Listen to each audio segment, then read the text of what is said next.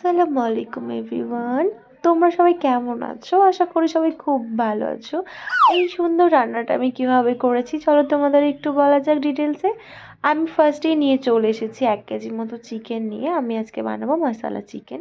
এই মশলা চিকেনে আমি কি মশলা ব্যবহার করেছি চলো বলা যাক। এখানে আমি ব্যবহার করেছি জিরে, গোলমরিচ, লঙ্কা, কাজু বাদাম, বাদাম, এলাচ, লবঙ্গ। এখানে নিয়েছি আমি 1 কাপ পরিমাণ তেল। এটার মধ্যে আমি ভেজে নেব পেঁয়াজগুলোকে।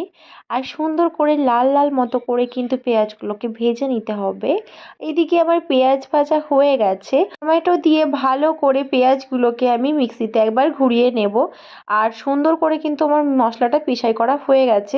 এখানে আমি কাঠবাদাম, কাজু বাদাম সমস্তগুলোকে কিন্তু ভালো করে একটু ফ্রাই করে নিচ্ছি।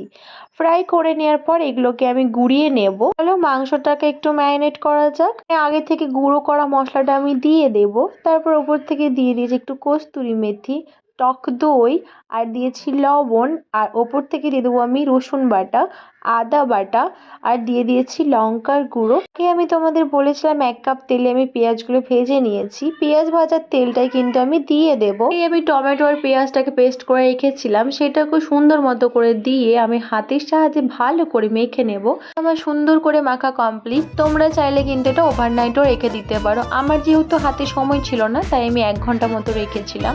আমি চিকেনটা রান্না করতে বসিয়ে দিলাম। তোমরা দেখে বুঝতে পারছো কি পরিমাণ সুস্বাদু হয়েছে। এটার গ্রেভিটা দিয়ে রুটি খেতে জাস্ট ওয়াও লাগে, আর ভাতের সাথেও তো খুব সুন্দর লাগে। তোমরা চাইলে এই রান্নাটা একদিন বাড়িতে ট্রাই করতে পারো। অবশ্যই খুব সুস্বাদু আর খুব সুন্দর হয়, তোমরা তো দেখেই বুঝতে পারছো।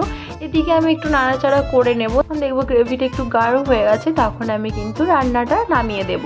তো আমার রান্নাটা হয়ে গেছে।